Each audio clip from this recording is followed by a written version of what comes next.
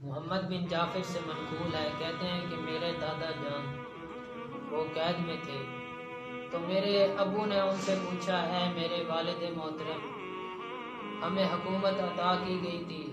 ہم شان و شوکت والے تھے، لوگوں پر راج کرتے تھے، لوگوں کو حکم دیتے تھے، وہ ہمارے حکم کے تابع تھے، ہماری اپنی فوج تھی، بہت سارے ہمارے غلام تھے،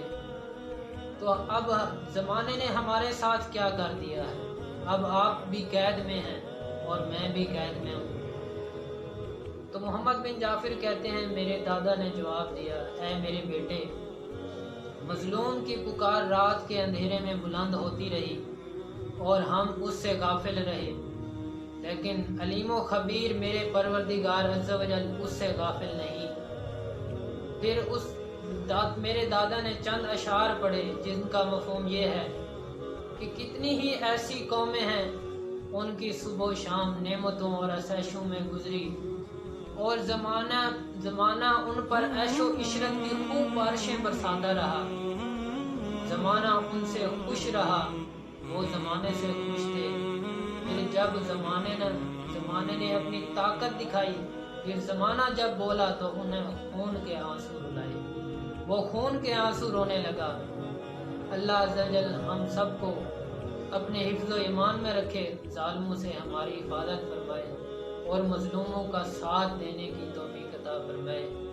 میرے بھائیوں، انسان کو ہر دم اللہ عز و جل کی بے نیازی سے ڈرنا چاہیے۔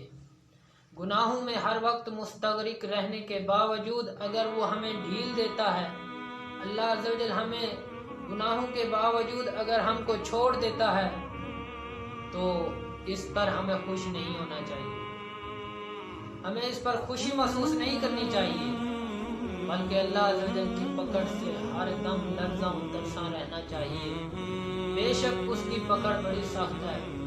طاقت و دولت کے نشے میں آ کر کسی غریب اور مظلوم شخص پر